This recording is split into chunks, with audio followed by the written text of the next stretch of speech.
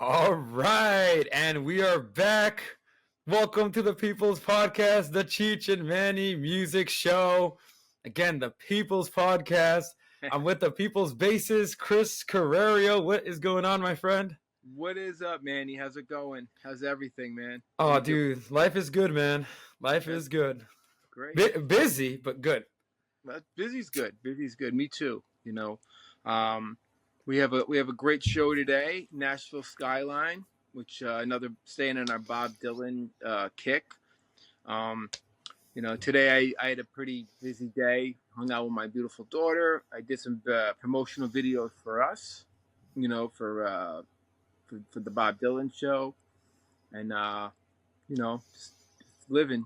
And I wrote. What did I write? I wrote Blood on the Tracks.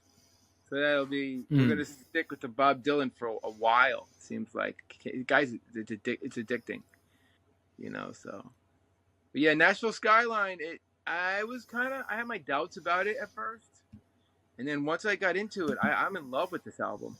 I really love it, man. It's like amazing. It's and we're gonna talk about like it is. People please comment on this, disagree, whatever, agree.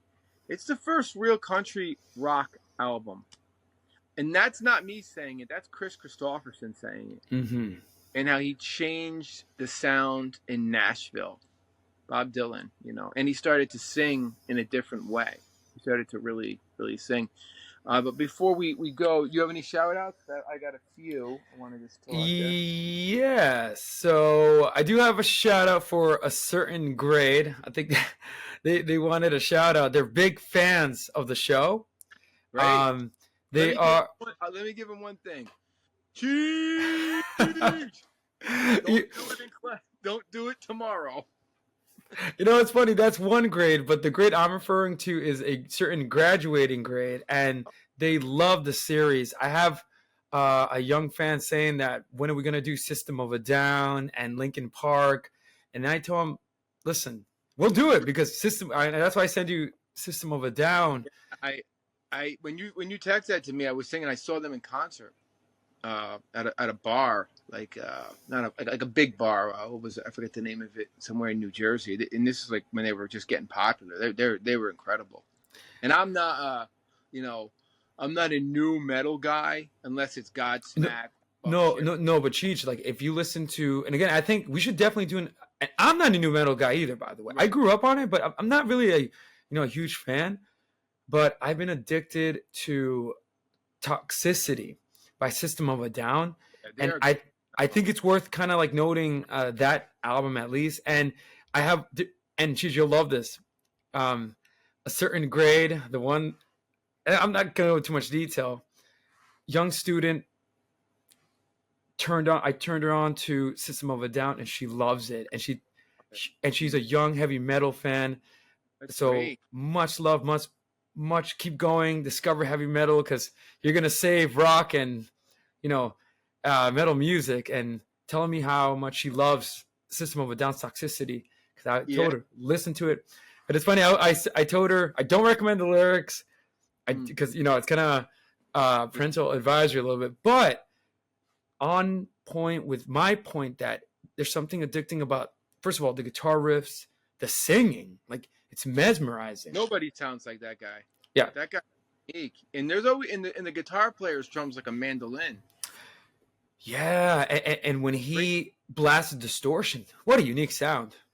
Yeah, it's too bad they had like maybe 3 or 4 albums, and then they kind of, I guess there was no scene anymore for them.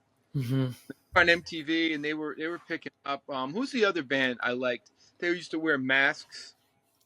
Oh, that's a Slipknot. Very good band. I love Slipknot. Their choruses are phenomenal. Like go from real heavy to like real catchy choruses. Yeah, I know it was Slipknot. It's the new metal scene, but maybe because Limp Bizkit kind of ruined it. But I know System of a Down came after, but yeah, it was that scene. The problem is that it was short lived. Yeah, and there was a band I came up with from Willow Street called Dry Kill Logic. I don't know if you ever heard of them. They were a band we used to do shows with, literally at Marty's, at 7 Willow Street. We had this like collective called psychodrama, and they got signed to a major label and went out and toured. And I saw them on MTV. I was so proud to see them. A great band, Dry Kill Logic, I think they're out of Rye. Yeah, but like that whole scene kind of just vanished. Like I think all those bands got a couple years, and then there was another great band. Oh man, my brain doesn't work. Forgot their name from that era. It was all I know. I remember Disturbed. Also, was it from this era? Good, yeah. Godsmack. Well, Buck Cherry, Jet. They started it, and Jet 2 was in the middle of that. There was a great heavy hard rock, heavy metal, new metal scene. I wouldn't put Jet in the metal scene, but no, hard rock, like Zeppelin style. Yeah, Jet was so good. Once again, Jet, after a couple of in the Danger, what they called the Danger, a band called the Danger. The Danger. Yeah. Oh no, the Darkness. Oh, the Darkness. Yeah, in the 90s. But you know what's funny? They're hated a little bit because of the singer. Yeah, I like them. I love them. Yeah, they were complaining. The singer in an interview, maybe I read it wrong, was complaining that everybody dismisses new rock, and he had a point. And he was like, everything is Led Zeppelin, AC/DC. Nobody wants to give new bands, new albums a chance. Maybe younger kids do, but it's harder for older generation to and that was his whole point. Like that's because he said if you don't give it a chance, there's going to be no rock left. He had a valid point in the interview, But there was. Think of some of those other from that era that I don't remember. I mean, it's been so long. Because I didn't listen to new metal in the millennial years. I just felt it was a little too heavy for me. Still good. Right. It was great, but like I was just going backwards. I was listening to Robert Johnson. And speaking of Robert Johnson, you know what album I've been obsessed with? Black Sabbath's Paranoid. Like we need to do an episode on Black Sabbath, but dude, Black Sabbath's Paranoid, man, like talk about what an album. Dude, I've been listening to Luke's Wall and War Pigs. Yeah, War Pig. Genius. Brilliant, yeah. And just the song Paranoid, it's a radio song. Bobby Onsey, one of the greatest, and the lyrics are so dark too, and they're not dark as like satanic or anything. No. He's talking about dark subject matter, someone that's paranoid and like schizophrenic, and it's autobiographical, I think, because when Geezer did a certain thing, whatever we won't say, G-rated, they made him really paranoid, and he wrote that song about it. And I think that was the last song to be recorded on the album, and they kind of just winged it, and that's the genius of it. And one of the greatest songs. And I've been listening to Iron Man, dude. I had to agree that Tony Iommi is the riff master. I mean, yeah. Oh man, but anyway, we'll do an episode on Paranoid. But I guess we're gonna do an episode on Black Sabbath. For all our fans out there, you need to listen to Black Sabbath. Like the original Black Sabbath. The original. The Dio stuff is great. I love it. But with Ozzy, that's the real Black Sabbath. And the stuff with Dio is amazing. Mach 2 is phenomenal. Even one with Gillan, they did one with Ian Gillan, which is amazing. But Cheech, any shout outs? I know I did mine kind of, and then we went on a tangent, new metal tangent. This phone, okay. Yeah.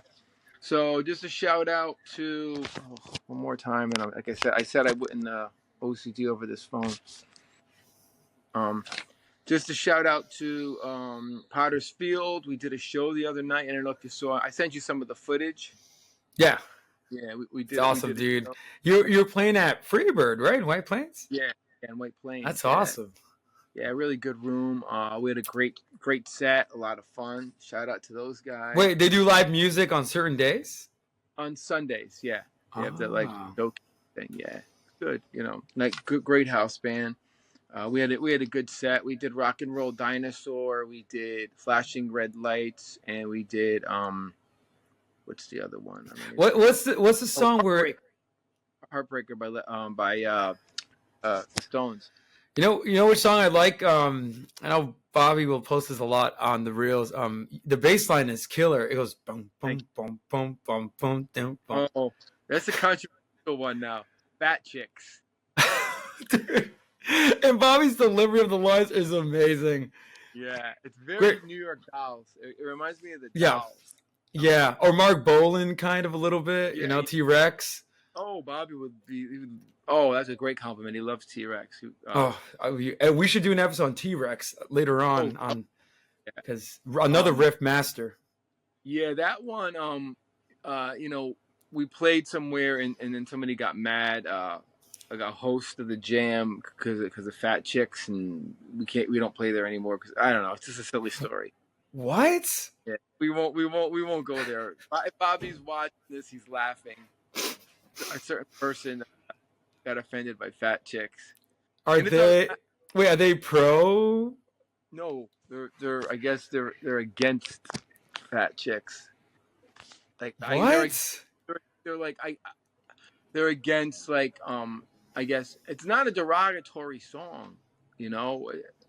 It's a love for a certain part of a woman's body. Let's leave it that way because it's G-rated, But it's our most popular song. No, I was gonna say it would be like the rock hit, like because the way you guys start. First of all, that bass line is dirty, like in the best way possible, and then your guitars goes like that distorted kind of like riff going. It's great. Yeah, it's great. Yeah, and I love playing that song. We didn't do that one, but we did "Heartbreaker" by the Stones. But yeah, things are going good with that band. So we have the top 10 Led Zeppelin albums that we just recorded with Joe, right? Last week. That'll be the next one to come out. Jesus Christ Superstar will be coming out. I like to say thank you to Rockfest. Yeah, thank you. Rockfest is a Facebook channel that posts podcasts, and they post like rock music, and they posted our Power Windows episode. Amazing. So thank you, Rockfest. Thank you. Really appreciate it.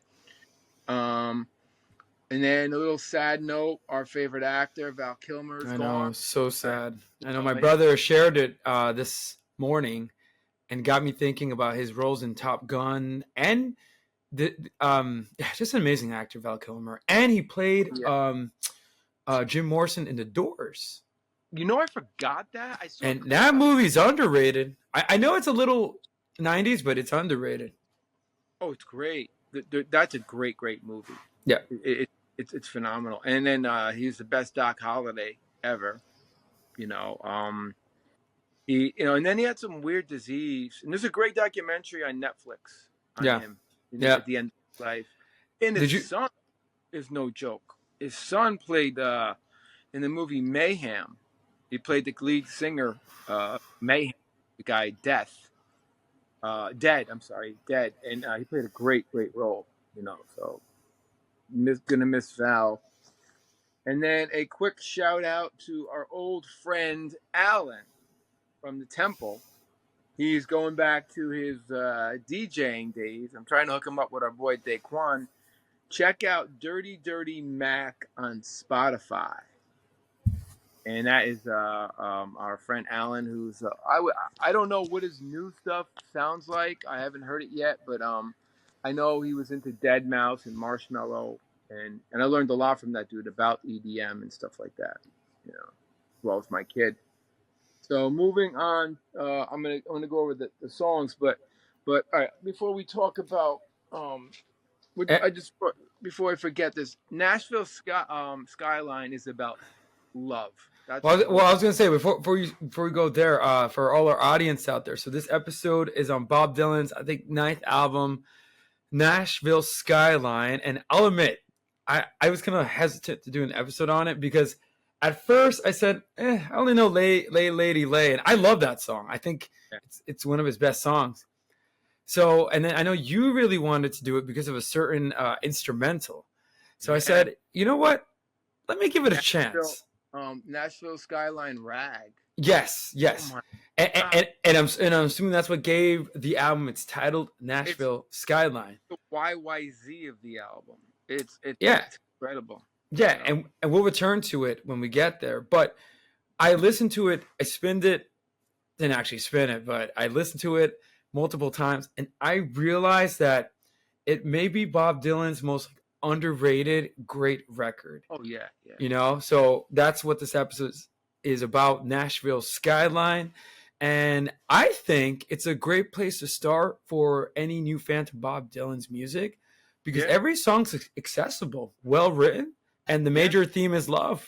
I mean, who doesn't like songs about love?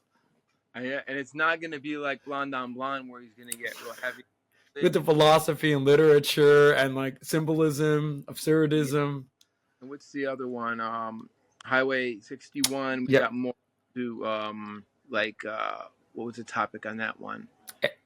Highway 61 was the civil rights movement and stuff like civil rights movement, the Highway 61 itself in the middle of America, the crossroads idea.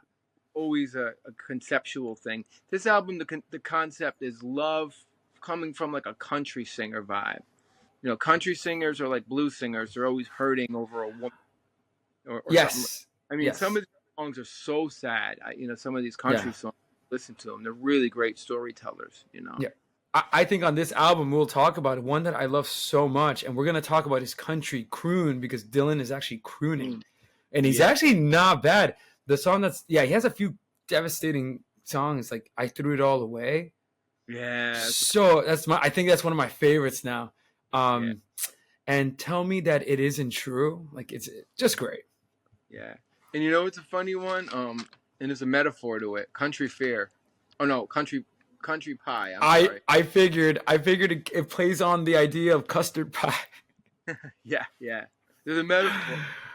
Definitely a metaphor. Is it called Country Pie or Country Pie? No, right? No, Country Pie. Country Pie. Okay. So what was Dylan facing? And this is what, 1969. 1969, last year before the 70s. So what a year in music now. I mean, 69, this is groundbreaking. You know, major. Like the greatest bands in the world are coming out. Sabbath just came out, Led Zeppelin, Hendrix was still alive. So you got Chicago, their first album. I was just talking to somebody about that. Chicago's Transit Authority album, how great Peter Cetera is as a bass player. It's a shame. It's a shame that people just know them of their 80s stuff, but that album, the one you just mentioned, is a must, dude. It's jazzy, proggy, rockin', and Peter Cetera is such an underrated bassist and singer. My God, and singer. King Crimson. What is it? Court of the Crimson King. In the Hall of the Crimson King, right? Yep. Neil Young. I can't even read my own handwriting here. Crazy. What is it? Crazy Neil Young and Crazy Horse. Everybody knows this. Oh, my favorite. Pink Floyd. I'm not even gonna attempt to say it. Umama, or something like that. Oh, is it Uma Guma or something? Yeah. That weird concept album. Yeah. That's still Sid Barrett era, I think. No, that was after, but that was a very experimental album. Oh, that's not with Sid Barrett? Oh, wow. No, by that point he was done. Then there's another Pink Floyd album called More that came out. Yep. Creedence Clearwater Revival, Willie and the Poor Boys. And I just saw them on some TV show my dad was watching. Oh, my God. They're amazing. Dude, I would put them up there with anybody. They're legendary. CCR? 1969, 1970. Live, I put them up there with anybody. Yeah. Joni Mitchell, Clouds. Creedence, Green River. The Doors, Soft Parade. Yes. Janis Joplin, I Got the Old Blues again. The Beatles, Abbey Road. Led Zeppelin 1, Led Zeppelin 2. The Who, Tommy. Tommy. Let It Bleed. Dude, Santana. Legendary. Wait, Santana, what did he release? Abraxas? No, Santana, the first album. Oh, legendary. It would be like Woodstock, right before Woodstock. Yeah. Crosby, Stills, Nash and Young, their first album, and Sly and the Family Stone's first album. So like, there's a lot of shit Did you mention Led Zeppelin? A little shout out Led Zeppelin's Oh yeah, albums. Led Zeppelin 1 and 2, I believe, One came out. and two, So they, legendary. And then Dylan makes a left turn into country. he doesn't like even care, that all this stuff is going on, and he doesn't feel like, oh, I'm not going to fit in. I'm not going to fit in with all this heavy stuff. This is heavy, all this stuff, heavy funk, heavy metal, heavy rock, you know. And even Neil Young got pretty heavy during this Yeah, time. with Crazy Horse, everybody Yeah, knows this is nowhere.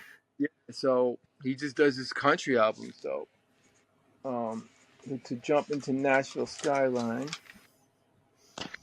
The Nashville Skyline came out in 1969.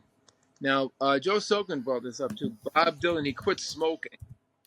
Yeah, and that's really significant because, dude, he was a heavy smoker. Like, Yeah. I don't know how many packs he was smoking, but I know I don't know if it was temporary or I don't know how long it lasted, but by him quitting smoking, it just, changed his voice. Oh yeah, singer. I'm just sorry. He's not doing that, nasally in the round. Hey Manny, what are you doing? What's funny? I've seen parodies of his voice. I laugh so hard. Like one of the parodies, like, ain't not get like, Yeah. but now it's more like a soft croon, and Yeah. it actually works, dude. If you put this on and then put something off from Bringing It All Back Home, Sounds and like a different dude, thing. it's different. Oh, totally different. So he quits smoking, and he starts to sing in that croon style voice, and he goes into country music. Basic lyrics, simple songs. The structures are very simple, and he gives you a different feeling. It was one of his best-selling albums. I believe it. The singles were "I Threw It All Away" and "Lay Lady Lay," and "Tonight I Will Be Staying Here with You." Right. He talked to Johnny Cash about doing this in 1965, and Johnny Cash was really the influence. So what was going on during this time? Civil rights movement, was really heavy in 1969. Martin Luther King got shot. Mhm. Robert Kennedy got shot, and the Vietnam War was like roaring at this time. And when this album came out, just a little background, and President Nixon took over.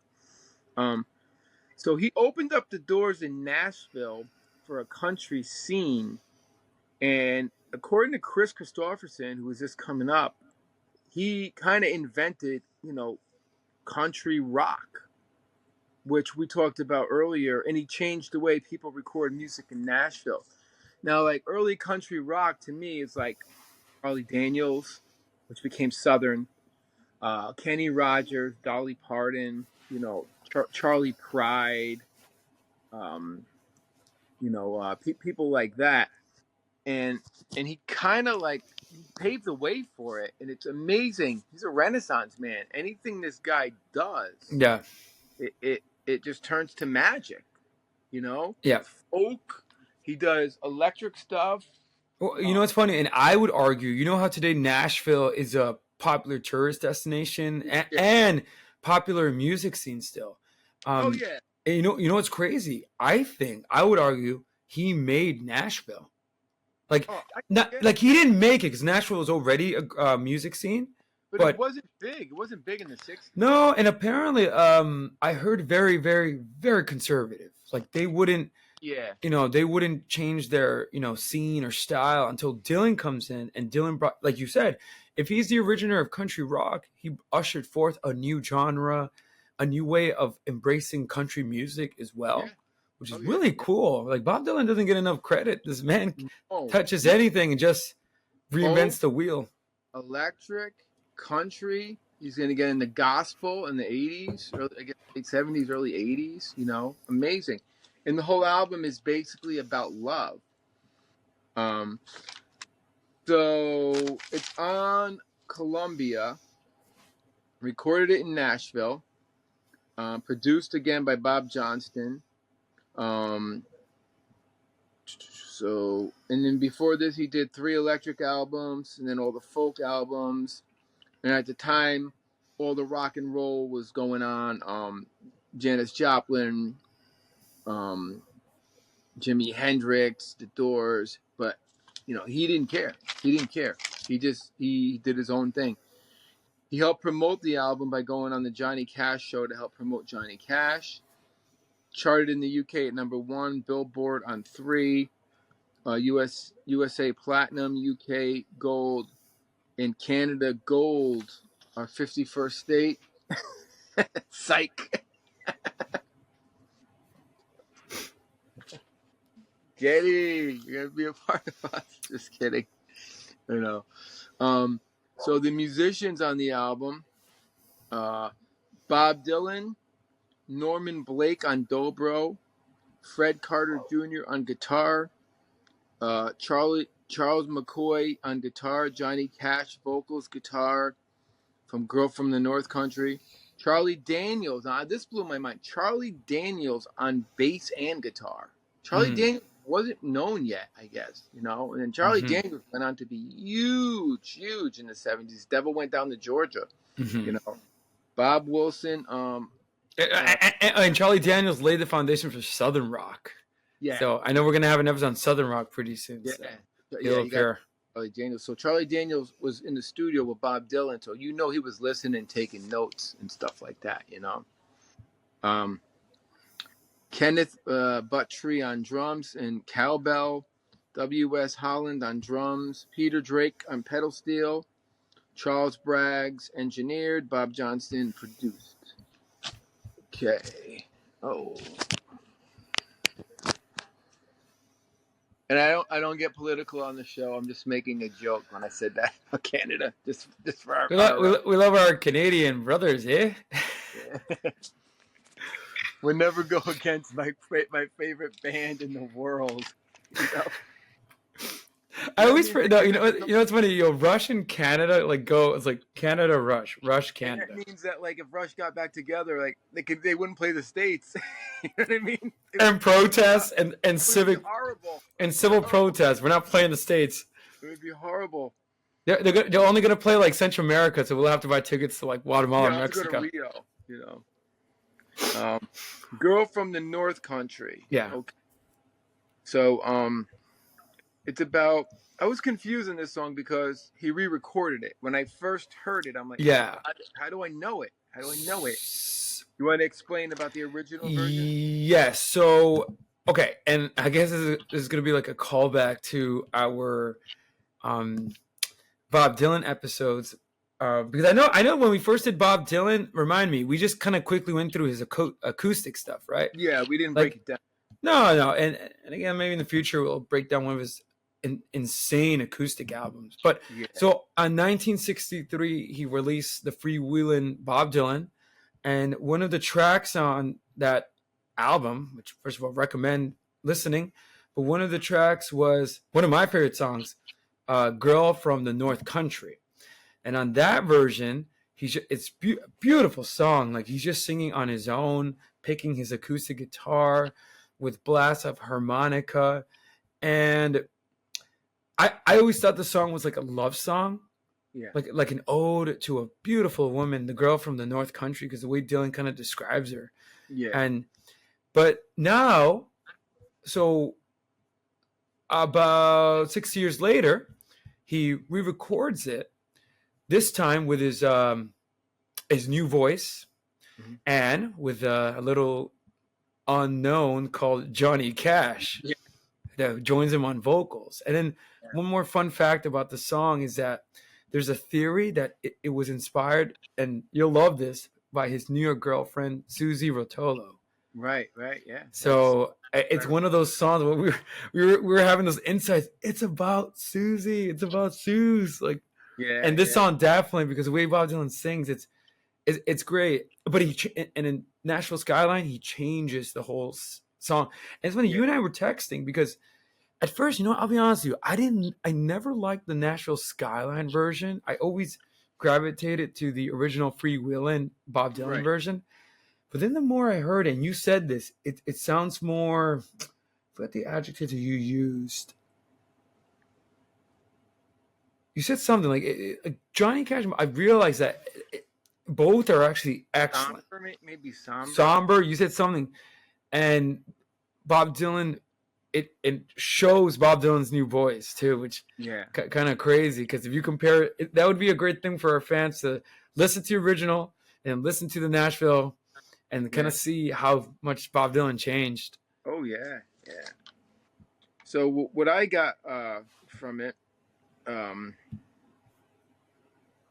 it's about lost love and someone who moved away. There's pain and lost love and memories, and inspiration for the song obviously is Susie Rotolo. Many of his songs, she was a true love of mine, a true love of mine. I love when they sing that together, in unison. So basically, it's about losing her. I mean, there's no other way to put it. It's about losing Susie Rotolo, a broken heart love song. You know what's funny about that? But I don't know if they were already broken up. Like the way I think they were still together. So unless on the original. So I'm not sure because Bob Dylan is a poet, so he's able to speak about. Did he change the lyrics on this? No, and no, not really. So again, I'm not sure if they were having relationship problems by the time he wrote this song. Not sure. Again, no one fact check us. We're just right now free debating and like discussing. But as a breakup song, I definitely would agree because the lyrics are so beautiful. Like he writes here, if you're traveling in the North Country Fair, I always love that beginning. Yeah. Where the winds hit heavy on the borderline. And then remember me to one who lives there. And I love this line. She once was a true love of mine. Yeah. So really beautiful. And then describes this woman. Please see for me if her hair hangs long. And I think this is the part Johnny Cash sings. If it rolls and flows all down her breast. Please see for me if her hair hangs long. And I think that's a metaphor for time.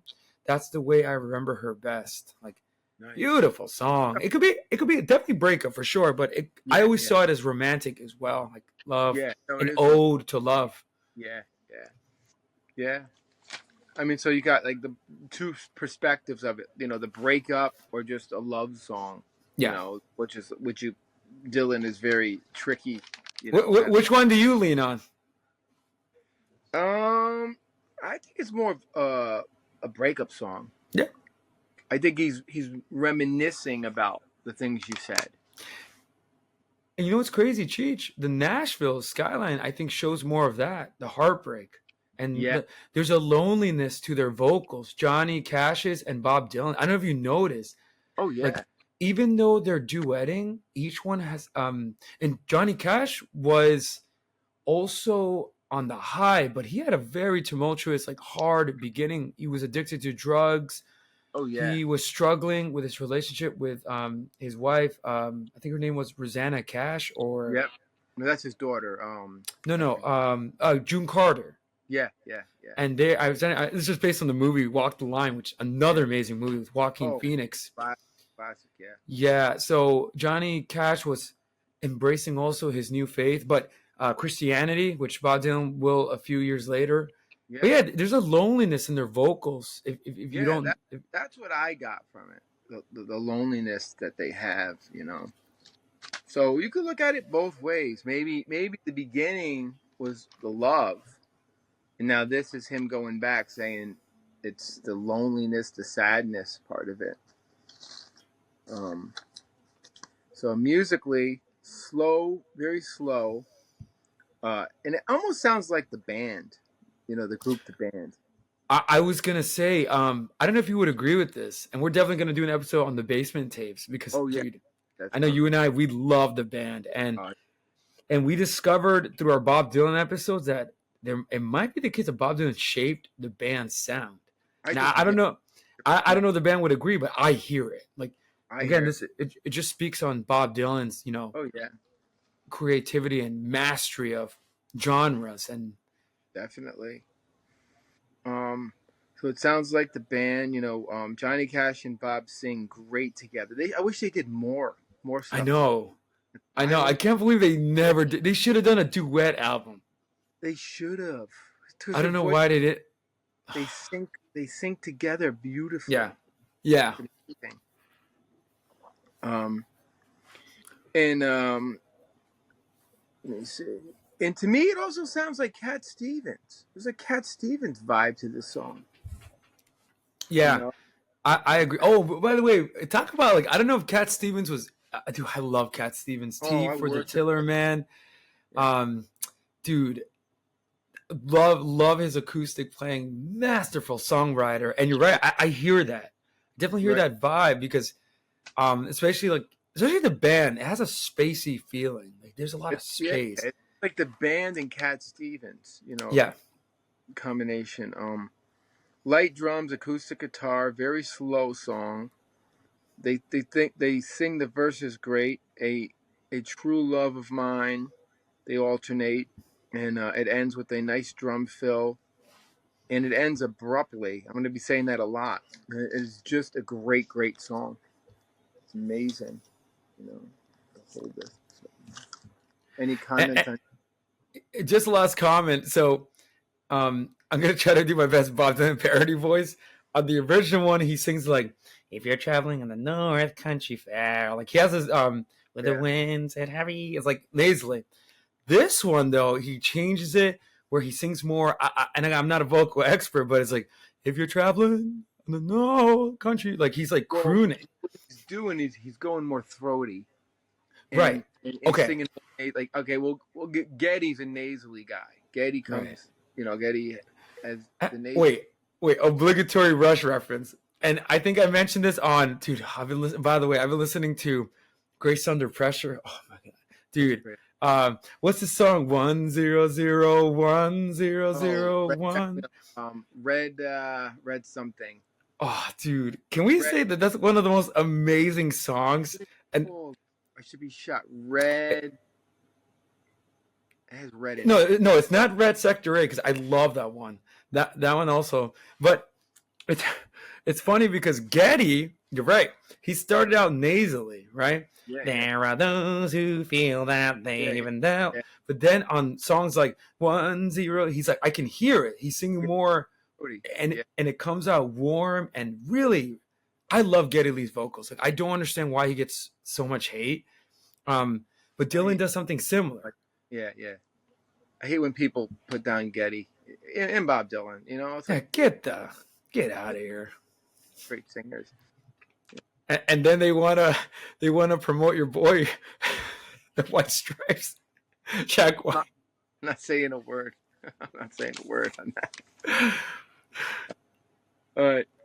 So anything before we move on to Nashville Skyline? No, you take all. This is all you because you're the Yeah, instrumental expert. this was nominated for a Grammy. This is how good this song was at that time. So it has a fast ragtime feel. I'm going to get into that. I'm going to talk about ragtime. It has country pedal steel guitar by Peter Drake, which is amazing. Fast rhythm guitar, great stops, and that great country picking by Charlie Daniels. Norman Blake on dobro. Amazing musicianship, fast picking, fast guitar playing, great fast piano by Bob Wilson. The song is very Chet Atkins. So you know who Chet Atkins is? Yeah, so it has a Chet Atkins vibe. It's the first instrumental without a harmonica, and Dylan is playing on this, so he's keeping up with these guys, which is amazing. And everybody gets a little solo at the end. That's what I love. When you listen to the ending of it, everyone they do these little jams, which is so cool. So yeah, that's basically it. The guitar is like amazing and fast. Then there's the pedal steel, and it just fits together, and it has that cascade effect. It has that cascading effect in the music, but kind of like moves up, and then it kind of goes down again. That's like a country kind of thing. That's a Chet Atkins kind of, So how do you feel? How do you feel about it? Dude, I mean, to me, like, because I'm not a country expert, but it sounds very country, and Yeah, it's ragtime, so it's just a great instrumental. Like, it's yeah. catchy. Well, I don't know. It doesn't really have a. It has a little bit of rag to it. I don't know if rag is put in there just for a term. And rag, it's not real ragtime. How, Ragtime how is would you how would you describe the style of it? country, Country, yeah.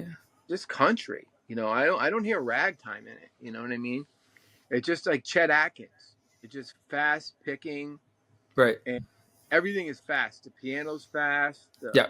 The guitar playing, picking is fast. The pedal steel's fast. Yeah. Yeah. It's a fast-paced country song that's just amazing. It, I would it love to has see. it has a Johnny Cash vibe. Yeah. Oh, yeah. It does. Almost like Folsom prison albums like that. I don't know if that's the same Yeah. style, but that's what I hear. And The musicianship is a little bit stronger, than mm, like Johnny Cash album. Not just Johnny Cash's band, but no, these no, guys no, for sure. are killing it. They're destroying it in the studio. Um. So ragtime. Rag is a style of music that came out in 1890 to 1910. It's a syncopated rhythm or ragged.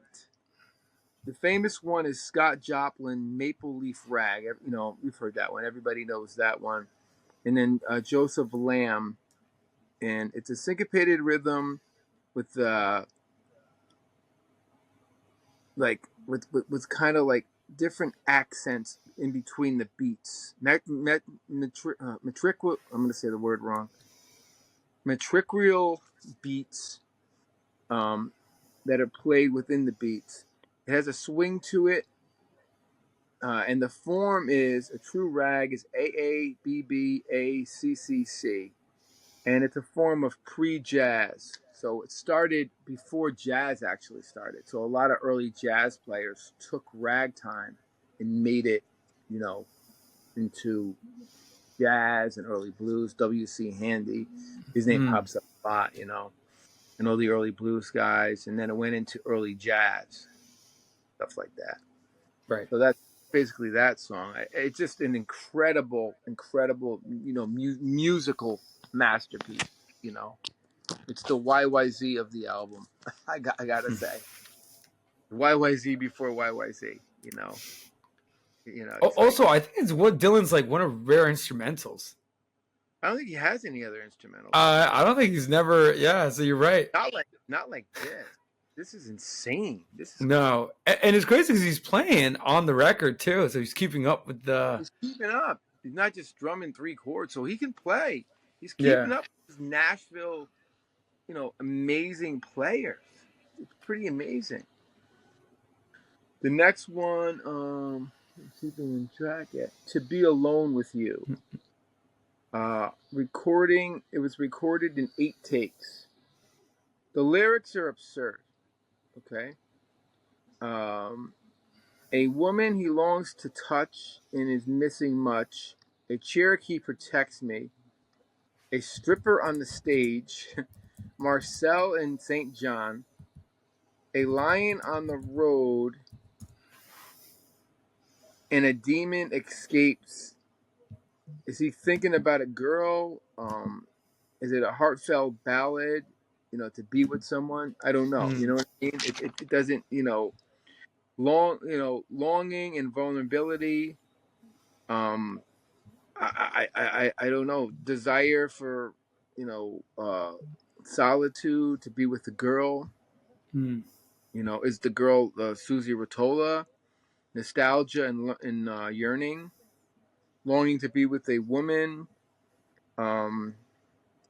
There's a line in there, bitten to the forbidden fruit. Maybe he cheated on her. Without you, nothing seems right. Where are you tonight? Those are some of the lyrics. The forbidden fruit, of course, is from the Bible, so maybe it is a cheat song. Mm. Or is he just, I don't know. What do you think? I couldn't really. make a lot out of it. What's your take on it? Well, for me, first of all, like just listening to the song, I mean, I never went that deep into it because it is a little strange, um, and it's catchy. I mean, I will say it's not my favorite, but it Yeah. definitely is. Lyrically, is interesting. Kind of goes back to that Bob Dylan style. I like his singing style. You know, where he sings, to be alone with you, just you and I. Like Yeah. uh, it, it's just I just wouldn't know what to make of it.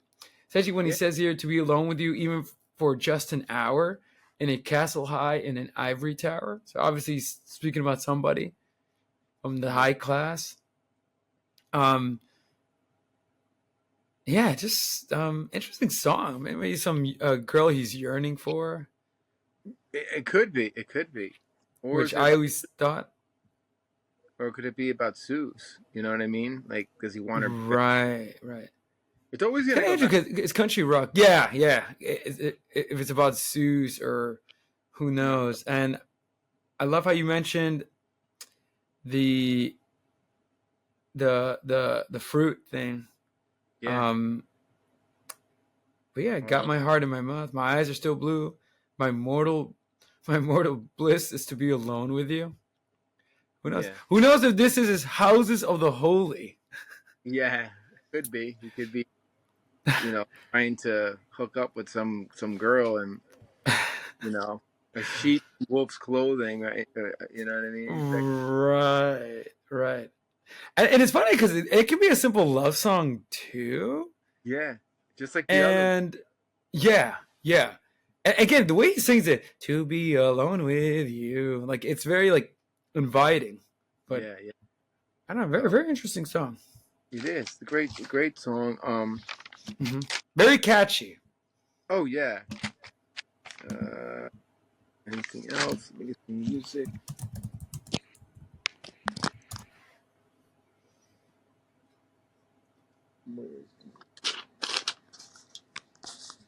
Music. To be alone with you. Great piano.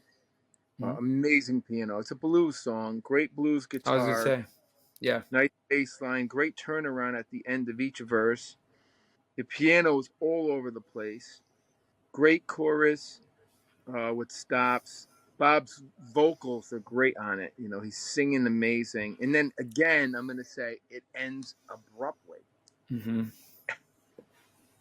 I think they weren't too really. They were rehearsed obviously on the Nashville rag, but they weren't rehearsed on a lot. It seems like they just like were looking like, all right, we're gonna end now, and they kind of just end. You know. Hmm. Okay. If I threw it all away. I threw it all away. Okay. Give me a second.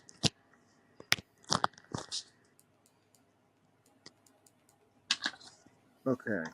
So he played this song to George Harrison, and George Really? Harrison loved it. It's Yeah, the it gives off a George Harrison vibe. Yeah, it's the second song to be recorded on the album. I mean, it's not in that placement though. A love that is lost. That is, you know, he is cruel and angry. Dylan takes responsibility for the failure. Uh, it's a portrait of his music. He's become a legend now. He regrets it. He's open and shows his vulnerability side and lets his voice, roar. Um, I was cruel, treats her like a fool. So what I got from it, it's about his letting in his vulnerability to the press, letting in, like there's a couple ways you could look at it, like talking to the press and being honest with them, and then also being cruel to a woman and ending the relationship. That's my take on the song. Mm.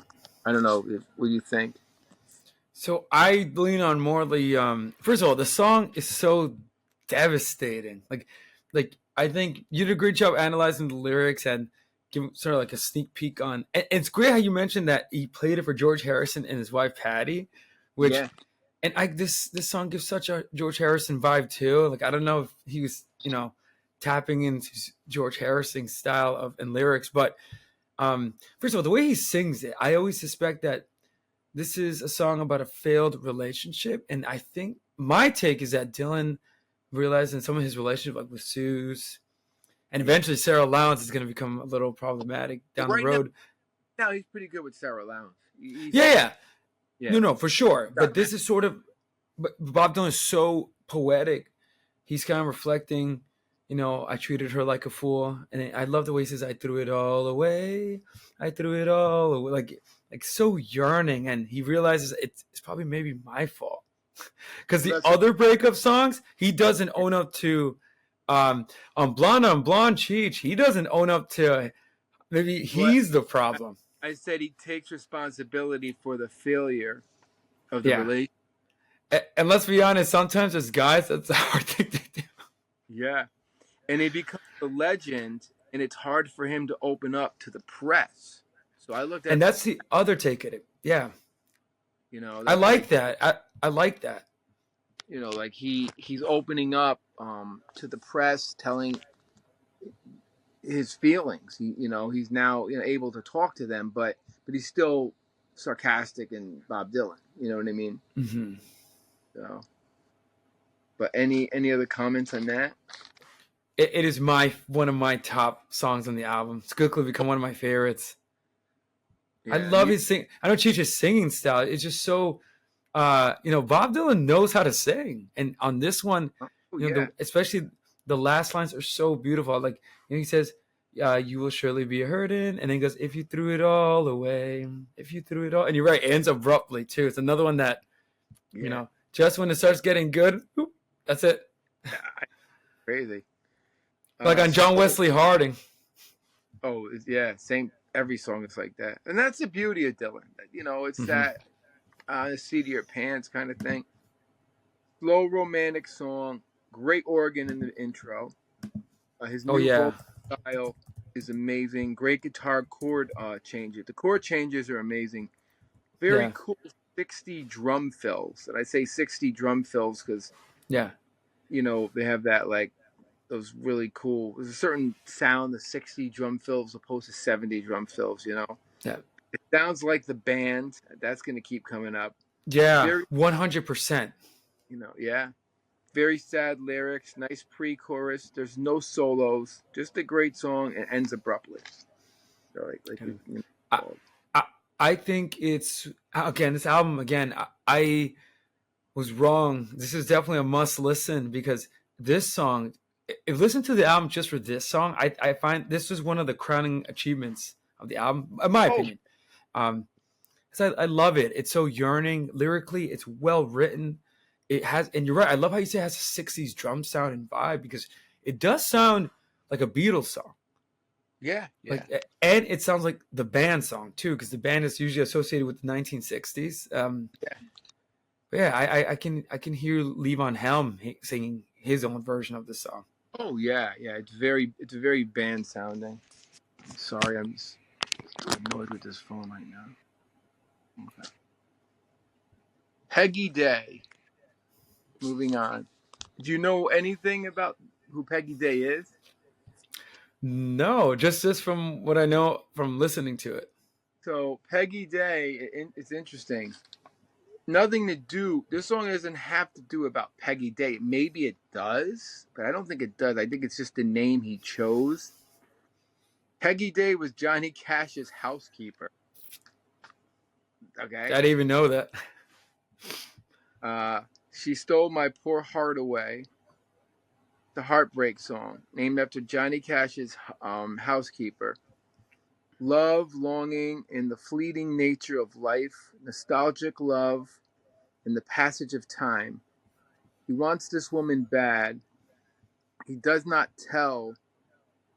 He does not tell what Peggy does to him. The song has no mention. He sings how bad he wants to be with her. But there's really not much to the lyrics. You know what I mean? I didn't get Mm. much. And I don't think it's unless he had an affair with Johnny Cash's housekeeper. I, I don't know. I think they're a little. Who knows, right? But from what I saw, I thought they were a little nonsensical, and just it's fun. I, it could be a throwaway song, but it's just fun. Like Yeah, Peggy Day. Oh, I'm in love.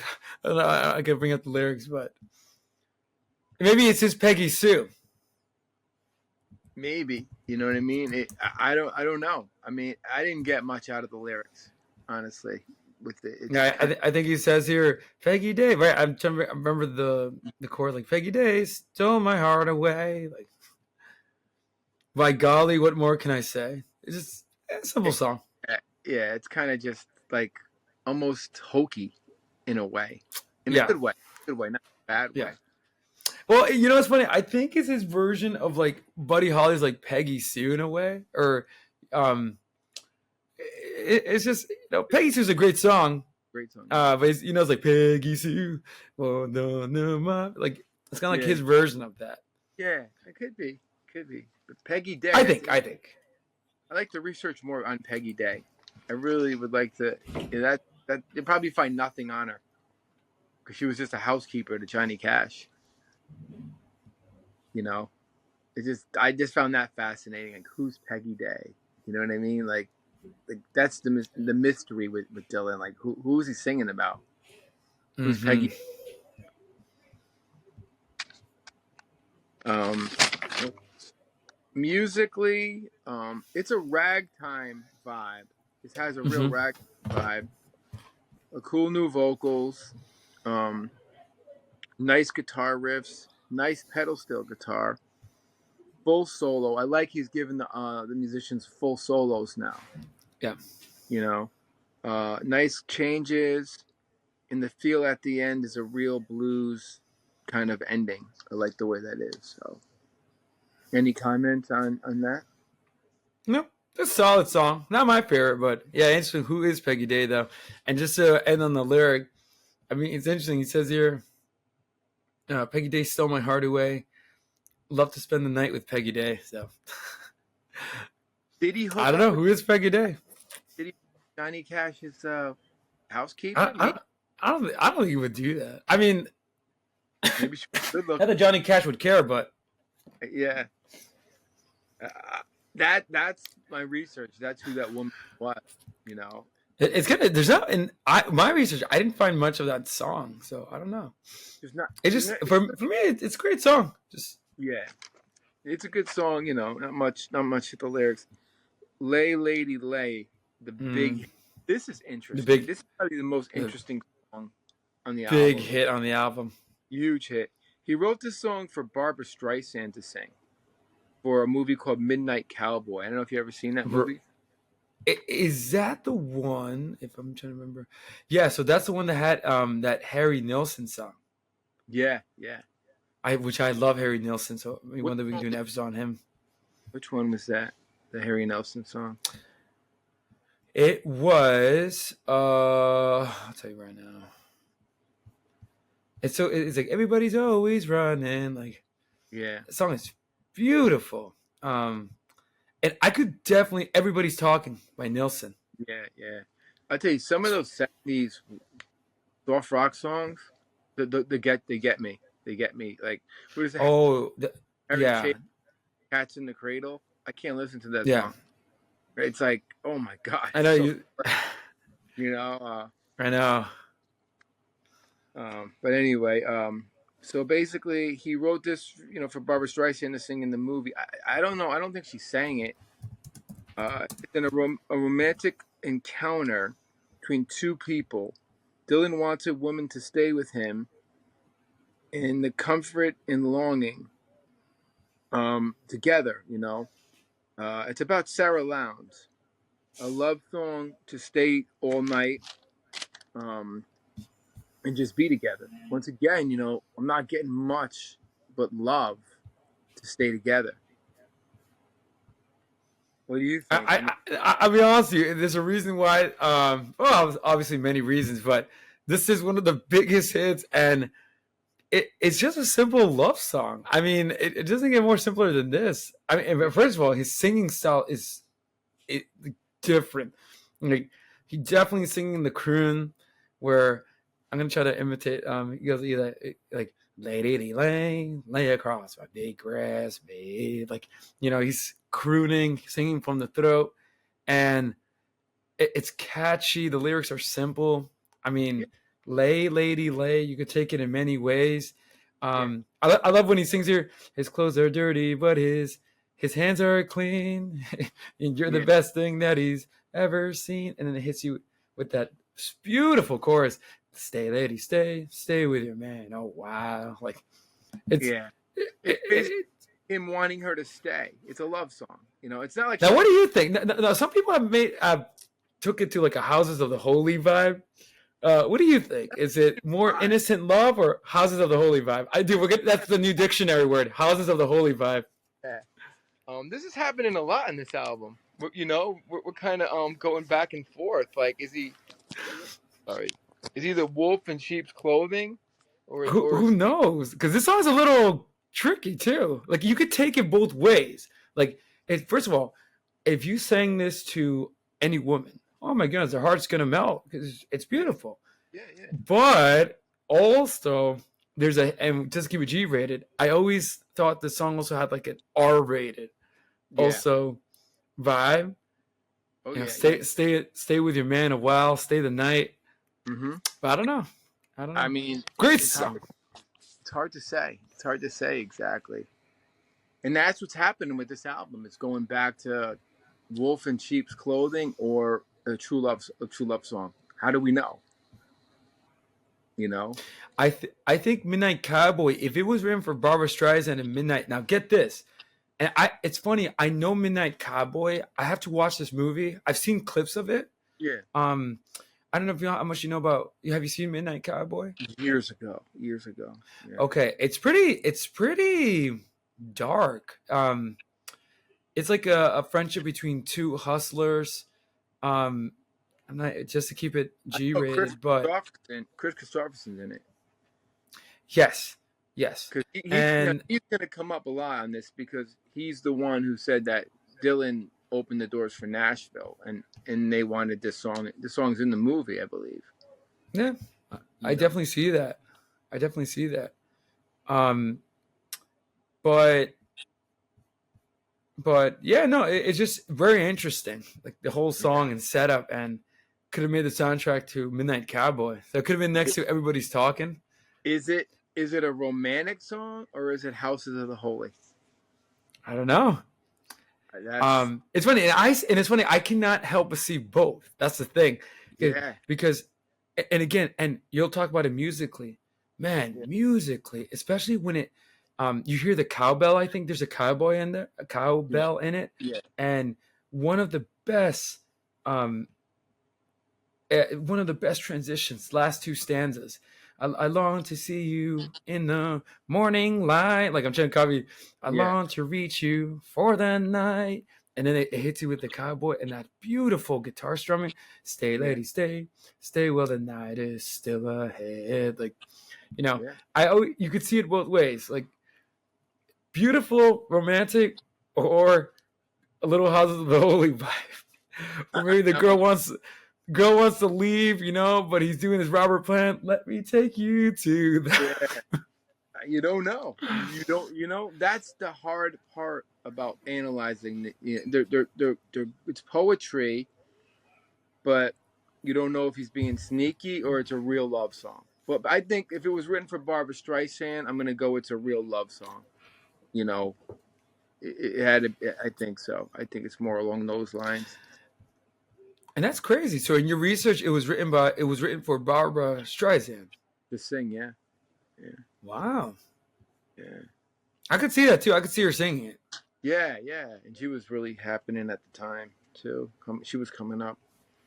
Musically, nice pedal steel guitar, country vibe, nice rhythm, um, with great chord changes, um, great melody in the great counter melody in the background. The drums are simple in the verse, and they come in really nice in the pre-chorus. Nice bass line. Great drum fills throughout the song, and just great, beautiful words. Beautiful new voice. Not much to say really about it. You just Yeah, gotta listen just to it. Hard to analyze that. great. I would. It's Musically, hard because it's just too simple. Musically, it's beautiful. yeah. Musically too, it's hard to analyze. Because it just mellow. There's not much going on, and it's No, does a no, great job. and definitely is one of his most covered songs too. Like a lot, there has been a lot of people who covered it. Yeah, and I see a lot. Definitely a must listen. Yeah, a lot of people on YouTube I've seen cover it that are like not famous do a great job of it. Yeah, amazing. Yeah. I can see that because I'll be honest with you, it's a beautiful song. It's very simple to sing to, and beautiful song. I'm not surprised why it shot to number one. Yeah. Oh yeah. Well, at least not number one, but top of the charts. Oh yeah. One More Night. It's almost like he's making fun of country music. One Dylanologist said. Right.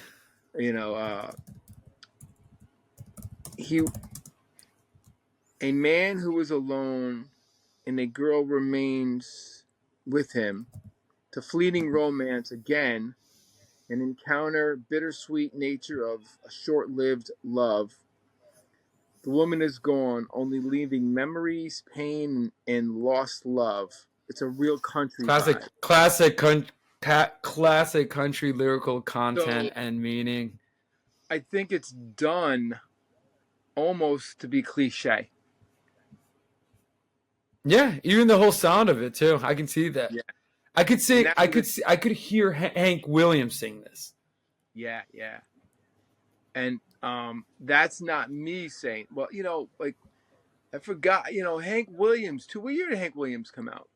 Way before Dylan. Ooh, and it's funny. Fun fact: I think it was about 1940s, 50s. Yeah. And it's crazy because Bruce Springsteen. Again, I'm gonna make Bruce Springsteen references, but he was influenced by Hank Williams when he was writing his album "The River" and "Nebraska." So it's kind of funny how Hank Williams has this influence, and I think there's no doubt that this song, it sounds like a parody of a country song. That's what a Dylanologist said. That's not me. Oh, see, that's amazing. That's amazing because I see that, but I love it because this is actually, I argue this is one of the crowning jewels on the album because, dude, I love this song is so catchy. It's so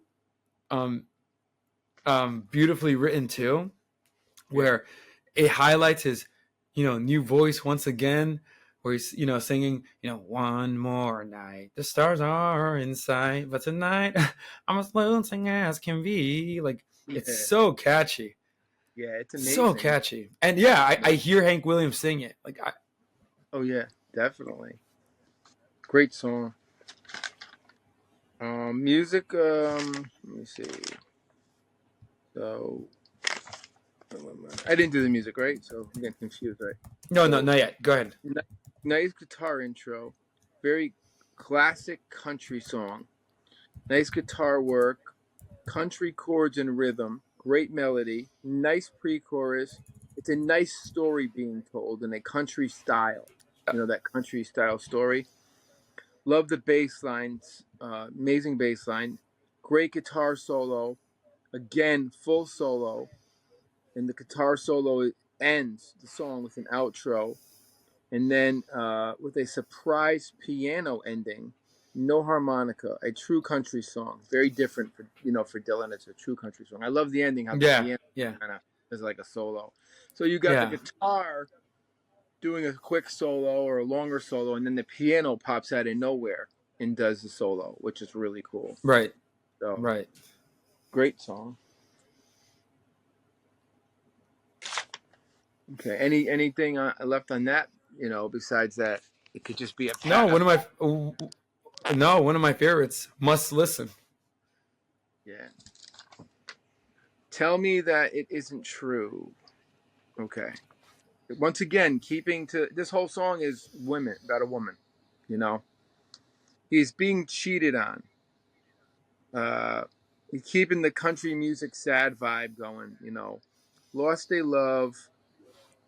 He talks about her with a tall, dark, and handsome man holding her hand. He's heartbroken. There's rumors that she's cheating. He's asking her, "Tell me, is it true?" You know, it's like it's that country thing. I think this song is made up. I don't think it's made from real events. You know what I mean? Um, Hmm. it's it's like a relationship that's coming to an end. He's seeking reassurance that it's not true. He's in denial that she's cheating. So he's asking her, "Are you cheating? Are you cheating?" And she's kind of saying, "Maybe no, I'm not," but she really is. That's the lyrics I got. It's a cheat song. Classic country song. Yeah.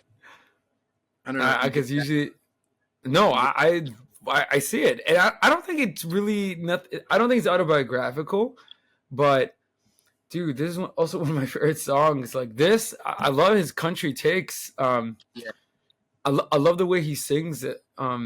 Just last stanza, like all of those awful things that I've heard. I don't want to believe them. All I want is your word. And then I love the way he sings the chorus. So, Yeah. darling, I'm counting on you. Tell me that it isn't true. Like, Oh yeah. it's great. Yeah. It's great. And, Classic country. and it sucks. Like I don't want to get personal, but after my Oh, second I, I was gonna say That's what's so beautiful about country music because they tap into that pain. yeah, like, after my second marriage, someone came up to me, my second one, and said there was some rumors going on while you were Yeah, like while you were trying to fix it, and I kind of felt it, you know what I mean? And I was kind of I don't know, I don't really believe it. People could be mean. I don't want to believe it. I don't want to believe it, but hmm. that feeling of like, wait, maybe it is happening. It's kind of not a good feeling. I don't believe Right. it. I think somebody was just trying to mess with me this is when it was all over, and this is like I said, number two. So I don't believe it was true, but but Right. at the time I was like, wait, could it be? Could it be? That kind of thing. So it's Well, awful. so Bob Dylan would speak to you because and again yeah, geez, yeah, that's a great point. I haven't experienced that, so I'm sorry you have, but um, Bob Dylan Well, like sings there. Good. I'm not sure it happened. It was just hearsay. Right. Somebody, But but when I this song would speak to you because that's what yeah Bob Dylan is saying in the heard song. it, I was like, nah, it couldn't have been true. Right. It couldn't have been true. But I'll never And, know. And I don't right. want to know. Right. You know. And just to quote the song, I have heard rumors all over town. They say that you're planning to put me down. And then all I would like you to do is to tell me that it isn't true. Like that's Yeah, oh, yeah, please don't tell me it's true. I don't think it's true. yeah. I A don't think great song. Great. with my experience, I don't think it was true either. I think it was just somebody who was also going through a breakup, just trying to like Right. bring me down with them. So, it's a Right. mind. You know what? It's a mind. You know what? Um. So musically, let me see. And this song is 2 minutes and 42 seconds, by the way. It's short. It's short. Which is crazy. Um, Corner. Okay. Nice rhythm. Very 60s sound. Great, great chord progression. I'm going to keep saying that because the musicianship is amazing. Great chorus. Yeah. Amazing organ. Amazing 60s drum fills. You know. And if you want an example of 60s drum fills, listen to the Munsters theme song. The show The Munsters. The greatest drum fills. Um, great pre-chorus, nice guitar solo, acoustic. Um, it does these little fills, little solos, nice hits with the drums in drum fills and the guitar and bass. a great piano solo at the end, which is very different. So he ends the songs a lot with the piano solos, which I Yeah, think is yeah. really cool. So like there's not a lot going on. It's pretty much I'm saying the same in every song, but this one was a little different. You know what I mean? Because it's the opposite. It's not a love song. It's like him saying, it's like, babe, Eh, not like your time is gonna come by Led Zeppelin, where he's right, leaving, right, and he's like, your time is gonna right, come. You did me wrong, that kind right. of, you know. Well, lyrically, he's moving away because usually with these type of songs in the like pop or whatever, or country rock, usually they talk about, oh, she broke up with me, woe is me. But this time, this one is talking about something else lyrically, where he's saying to the girl, I want to believe in you, but I'm hoping, please tell me it isn't true. Yeah, And I guess he ends the song. You could argue he doesn't get an answer, and he's like, all right, well, I still love you, but just tell me it isn't true. yeah. You never get an answer. That's the thing. That's Yeah, what's that's that, that's the beauty of the song. in when you're the protagonist in the song, and you kind of maybe experience it, you're just like, wait a second, this sucks. I know, I know. It, You tap into Bob Dylan. you really do, so and go with your gut feeling always too, you know. Country Pie, man, this is just I'm gonna go through, some of the lyrics, but it's a metaphor for his love for country music. You know, I think that's my take on it. It's just a metaphor for country music. Right, right.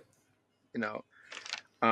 He talks about fruits and his love for country pie, a metaphor for country music. Bring up the fiddle, saxophone, um, and then humming the tune, upbeat rural life, simple pleasures in life, not much more. You know. Hmm? And if he's just about pies, maybe he likes pies. Or some critics brought up, it's just a metaphor for country music. Hmm. So I don't know how you feel about that. No, I think you got it. I mean, the song is it's similar to Peggy Day, where Well, it's similar to custard pie by being about what oh, what the show is about. you don't have to say you don't have to say what it is. And country pie in the album's country is just a metaphor for country. yo, Plant, give me a piece of your custard pie. But he's giving it. dude, dude, I had to Google custard pie. I was just like, Yeah, man, yeah, he's yeah, giving it definitely want away. some custard pie. You know what he's saying. This one you got to kind of Uh, dig it. You know, if you look at right. the lyrics, it's all about country life. Oh, yeah, and what's funny? I love I'll be honest with you, it's a cute song. Like he says here, at the last line, "Shake me up that old peach tree," right? Peach Yeah, Southern. yeah, Little Jack Horner got nothing on me. Oh me, oh my, love that country pie. Like yeah, it's a cute song. I yeah, think country pie can mean many things. yeah. Absurdity with little Jack Horner. Like where's he come? Where's he Yeah, come from? It's a nursery rhyme. yeah, exactly, exactly, So little absurdity in there. And this one is even shorter. dude. And musically, I don't know if I'm wrong. It sounds like ragtime. Yeah, there's a rag influence on the whole album. Like bits of it, not traditional rag, but there is rag in there. This is a minute and 40 seconds. Isn't that crazy? Minute and 40. No, It's nuts. Musically, it's funky guitars with like really fast licks, nice groove, swampy groove. And who's swampy? Who's the swampiest band? I just gave it away. Who's the swampiest sounding band in the world? the band. The band, or Credence, but the band. So it has that swampy sound, nice piano break, Right. very 60s sound. I'm gonna keep saying that. Full guitar solo. Again, he gives the guitar solo some nice chords, nice guitar at the ending, and again, no harmonica. Well, it's a Yeah. minute and 40 seconds. Who plays a song like who? I'll be honest with you, none of the tracks, I could be wrong, they don't have harmonica. I don't think so. I just noticed that. And I'll be honest with you, the harmonica, Yeah, as far as I know, I I could be totally wrong, but in country music, I don't hear harmonica. no, you hear that weird wong wong wong wong wong wong, Yeah. that thing, whatever the hell that is. You hear that, Right. but in country rock, you hear harmonica. Oh, of course. Shorty Medlock. But I don't think there's no. But on this record, on this album, I don't think there is harmonica. As far as I know. I could be wrong. I don't think I brought it up, right? I didn't bring it up at all. That I know of. No. So because in country music, there's fiddle, there's banjo, there's old dobro, but there's no harmonica. And the last one, I knew this would be a quick episode because there's not a lot of content in the lyrics for us to really break down. But no, it's worth. I think no, I think it's the album will set up a lot of future country rock. I think that's the main point. If anything, you said the main point of doing this is to show that this is the forefront of country rock. Bob Dylan invented country rock. Chris Christopherson said it. I believe with him 100%. Tonight I'll be staying with you. Once again, here we go. This is a love song. His devotion to his lover and willingness to stay with her. To be a family man, to settle down. It's about Sarah Lowndes. Is his time not to tour and be a family man and raise a family. And this is what he wants to do right now. That's all that song is about. Yeah. Nothing more. Just him saying goodbye to the road. I'm gonna settle down, be a dad. Live a simple life. I did the rock star life now. I'm gonna be a regular guy who strums his guitar. How do you feel about that? You think that's a good analogy? No, it's one of the most, from a Bob Dylan perspective, it is so unusual because the other songs are absurd. They're about breakup, about love lost. Yeah. This one is more embracing as, I am going to stay with you. Yeah. It's not, it's a beautiful song. And, he, throw my ticket out the window, throw my suitcase out there too, throw my troubles out the door. I don't need them anymore because tonight I'll be staying here with you. Yeah. And I think this song embraces the family man Bob Dylan, the dad.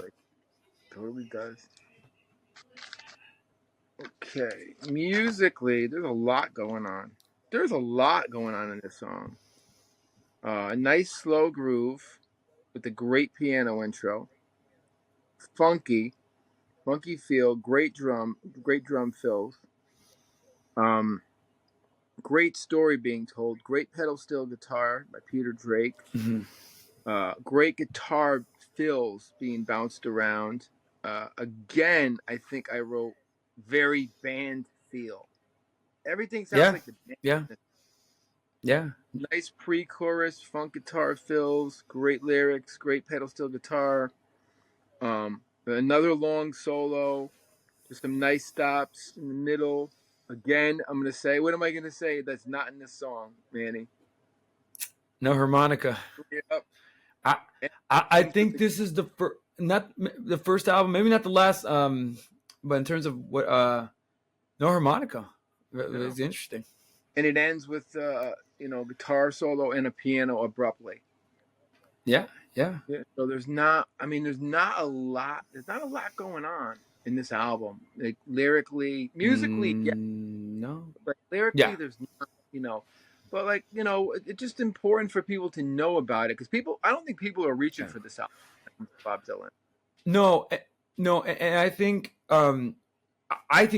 you highlighted why it's important is first, he kind of invents country rock, which, interesting. And I always view this album, and, the album cover is interesting. He's smiling, he's like Oh looking yeah. at the audience, he's doing like a little, Mm-hmm. Yeah. nod. We'll And get to that and next. what's interesting is that he's smiling. And I now see this album. It's an important listen because from a Bob Dylan perspective, he started out as, the Woody Guthrie, Yeah. folk singer. He did that for a little bit, became the rock star for a couple of albums, the pinnacle being Blonde on Blonde, and kind of not invented the double album, but one Yeah. of the first double albums. Oh yeah. Um, and then he returned to the kind of dusty acoustic vibe on John Wesley Hardin. But then this album is sort of like a goodbye to, Yeah. the 1960s, because the 1970s is going to be, bunch. It's definitely not going to be the 60s Yeah. vibe anymore. And Yeah. I always see this album now. I now see it as a goodbye, like a warm hug and send off. And I think it's not coincidental that he ends the song with that song, And, "Tonight I'll Be Staying with You." and I think what he's doing is he's going against the grain. He's not doing the heavy stuff. He's Yeah. not doesn't want Mike Bloomfield No. on this album. He's not. He doesn't want the Jimi Hendrix kind of sound. He just wants to be, Wholesome. yeah, and he wants it to be it's a country. Yeah.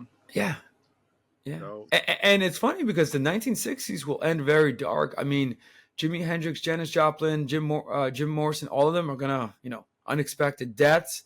yeah, And it's funny, politically, it's chaotic in America. yeah. So the fact that this album is not representative of what was happening in No, America, not like his other albums. I mean, he could be talking about Vietnam. He could be talking about Martin Luther King. He could be talking about, Nixon taking over. There's so many No, things. he didn't do that. Just got No. killed. He didn't. He was just like, I'm singing about country pies, No. which is like so fu to the world. I'm not being Bob Dylan. Right. That's the cool thing Right. about the album. Bob Dylan is not being Bob Dylan. He's being kind of somebody No, else. he That makes reinvented himself. He's a Renaissance man. He's singing. Number one, he's singing. I know. He's playing country music. Number two, and he's doing instrumentals. And there's number three and number four. There's no harmonica. So just those four facts. That's not Bob Dylan in 1965, 64. Who would have thought? You would think like this guy would transfer, and that's like only Bob Dylan could get away with this. Nobody else could do this. Yeah. No. Or maybe Jack White could, because I know he did a country album. Give him props. Actually, he did do. I will give him props on the song. He did a country album with a famous singer, famous country singer, Loretta Lynn, I think. I actually like that. Mm-hmm. I do like that song. So, but Wait, have you ever listened to any White Stripes albums?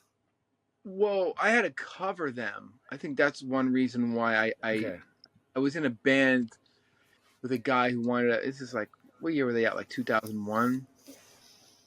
Something like that. I mean, they were like early 2000s. They were pretty active. So this guy was a metalhead rock guy, and he all of a sudden cut his hair, and he started to listen to modern stuff, and he wanted to do less rock and metal, and he was like, "Oh, we should do this White Stripes song." So I had to learn it, and I'm like, "Well, how am I gonna learn it? It doesn't have a bass line." He said, "Well, make it up, all the chord changes." And then I just was kind of like, it brings me to that time period in my life where we were doing rock, but we were also doing these songs on the radio. I was being a sellout, which was sad. But anyway, so the cover was by Elliot Lance. He did Van Morrison.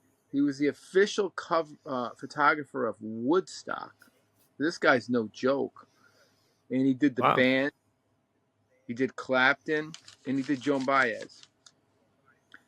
So he made Bob Dylan put on a hat, and he said "Smile," and he took it behind his house where he lived in Woodstock, and he caught the inner spirit in the happiness of what was going on in Bob Dylan's life, being married, having a kid. You know, it's really a snapshot of life, what's going on. You know, and it was taken from an Eric von Schmidt album, where Eric von Schmidt has Eric von Schmidt. What album is Dylan? Where the records are all over the floor, and he has a girl. Oh, bringing it all back home. Yeah, on that one, Eric von Schmidt's album is on there, and it's kind of him copying Eric von Schmidt with the hat and everything like that. And the back is taken by Al Clayton. It's a cover of a Nashville Skyline, and he sent it to Bob Dylan, and Bob Dylan loved it and said, "Yeah, that's going to be the back." So, you know, really simple, really simple. You know, it's a cool picture. You know, I like the fact that he's not, you know, he's. And one last note I have, you know, just his croning. I love the word croning vocals, whatever the hell that means. You know, I just love it. So what it is, crooning vocals. Yeah. A crooner is somebody like Frank Sinatra, Dean Martin, Bing Crosby, where when someone croons, they're singing. I'm gonna try my. I mean, I'm not a singer, but they'll sing like "I want you under my skin," like they're crooning, and that's what Bob Dylan's doing. Forced, because I don't know much about this style of vocal. Like they're pushing it. Oh, see, I love so the famous crooners. You know Frank Sinatra singing style. That's crooning. Nat King Cole, he's a classic crooner. So when Bob Dylan croons, I don't get it. He doesn't sound like those guys. It almost sounds like he's... but when someone croons, he's crooning but he's doing it in his own way.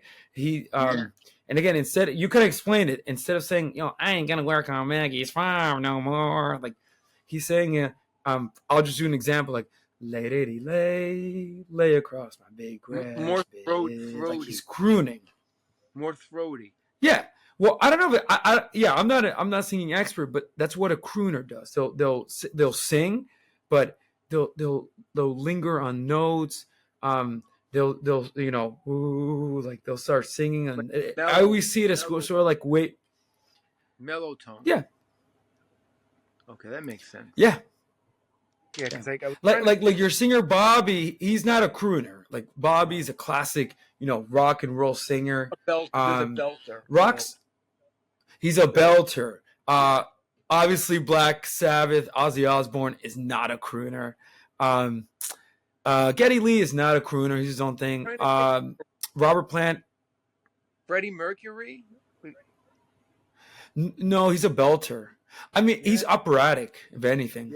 He's not. He can't croon, but he doesn't really croon. He's like more like, you know, He's interesting. He's operatic. I know he's a crooner. Dennis DeYoung. Styx. Yeah. Yeah, me versus the guitarist, what's his name, Cheech, when they introduced him, Malcolm DeYoung? Dennis DeYoung? No, that's Dennis DeYoung. Who was the guitarist that? I'm sure. Dennis DeYoung is a singer. Tommy Shaw. Meanwhile, he's the belter, right? He's like but that's a good way to think about it. Yeah. Dennis DeYoung would be a good rock crooner, you know. I'm trying to think of other bands. Like, there's really not a lot in rock I could think of that are like. No, I can name a few. Like the Beatles, Paul McCartney is a crooner. You would consider him a crooner, really? Paul McCartney? But Paul McCartney is a genius, but he can croon. Yeah. George Harrison embraced the crooning style on the song "Something," for example. Yeah. And the way I think about it, I never thought of it. Right. I never style. I never. Yeah. It's like I just thought of it as like throaty, you know, throaty singers. Well, I mean, you'd be the expert in the singing. I always defined it as, and again, I like to use Frank Sinatra as an example because obviously they know how to sing, right? But the way I see crooning, I see sort of like, going back and forth, like I got you under my skin, like. So that's what Bob Dylan's doing on this album, where Yeah. he just instead of saying, I ain't gonna work on Maggie's farm no more, like, or God said to Abraham, kill me a son. Like, he's actually letting the song. So crooners I see as like breathing, like they're Right. letting the voice breathe and Barry a little, Manilow. letting the voice fill the space. Barry Manilow. He's a crooner. He's a Okay, now crooner. coming to me. Okay. Yeah. Yeah. Trying to think of other, like, the Eagles, singers in the Eagles would they be crooners or? Maybe Don Henley, Yeah. maybe, Yeah. maybe, but Don Henley has a great raspy voice, but Yeah. he has crooned. Yeah. Yeah, I was gonna Rod Stewart. he knows how to croon. He actually is best of both worlds. Like he knows how to sing Yeah. rock and Rock. roll, but then also croon. Yeah. Like, I'm getting it now. Yeah. It's interesting. A lesson on crooning for our fans. Who want to learn about yeah, style of singing, and just this album is so important for Bob Dylan's career. So yeah, people don't write off Nashville Skyline. Like, don't skip over it. Because he yeah. did. Bring it all the way back home. Highway 61, Blonde on Blonde. Wait, what's the other one? Harding. My brain is John Wesley Harding. Yep. And we went back to his folk roots. 3 harder rock albums, a folk album, and a country album. The guy is just a Yeah. genius, and he changed. No, he's a genius. Mm-hmm. And he changed the way Nashville records. Which is impressive. And I now see he might be responsible for what Nashville is now, in a way. No, not entirely, but in a way. Well, according to Chris Christopherson, he is. And that's like, you could read. That's you could fact check that. That's a quote. Charlie Daniels took cues from him. He played bass and guitar on the album. He was just coming up. So right. he was. And then he definitely inspired the band and created their sound, which a lot of people don't realize. That's something people don't realize. Yeah. Bands, the band had their own sound. Nobody sounds like the band, but Bob Dylan molded that sound, I think. Yeah. And then people might disagree and be like, wait, what are you saying? It's like, no, listen to when, Bob Dylan played with the band and like listen to his songs. The band took. And then when I was doing my research for Blood on the Tracks, he does another album with the band. I think, I don't know the name of it. I don't know if it's, I forget the name of the albums. But there was one album where he left Columbia and it's just called Dylan. And he didn't even put that out. They put that out. It was all outtakes. And then he went on Asylum but he did a tour on that album. In between that, he toured with the band, or they played on his album. I don't know exactly. So he said, I think you're referring to the live album Before the Flood, I think. No, it's a studio album. Either they went on tour together. No, actually, they played. That I don't know. No, it's a live album that they released. I don't know about studio album though. Whatever he did on Asylum, that one album, I think the band's the backup band. Okay. Like 1970, Blood on the Tracks is 75. No, and you know what's funny? It makes so much sense why. And on The Last Waltz, of course, they invited Bob Dylan. Yeah. Like when he's one of like the last guests. Oh yeah. It's beautiful because the band acknowledges his influence. Oh yeah. Whenever you think of the band, you have to think of Bob Dylan. He kind of made they were the Hawks. He made him popular. They owe everything to Bob Dylan. He made him popular. I mean, they were unique and genius on their own, but they would have made it anyway. But Bob Dylan helped their career, I think. Yeah. You know, if you disagree, Yeah. put it in the comments. Any of the stuff we're saying, please leave comments. You know what you think. Yeah. Your Leave opinion. comments. Thoughts on the album? Have you listened to it? Yeah. What do you think about it? A lot of people probably just skip this album. Country. Oh, I don't want to hear Bob Dylan. Uh, Cheech, I'm guilty of that because I only listened to Lady Lay, which was like the big hit off the record. Yeah. But I realized that it is a phenomenal record. And if you love warm, beautiful love songs, I mean, this album is a great start. So listen to Bob Dylan too. Yeah, there's not a lot of conceptual things like normally we're breaking it down to No. the Bible and No. we're like No. picking things.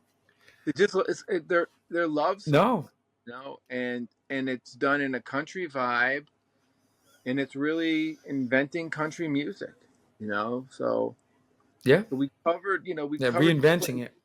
Yeah, we covered Dylan in all his forms, which is amazing, Yeah. From the folk years to the hard rock years, and with Al Kooper and Bloomfield, the John Wesley Harding going back to folk into a country album. And then, like in the 70s, he does lose me after this. There's like 3 albums. The one with "Knocking on Heaven's Door" is really good.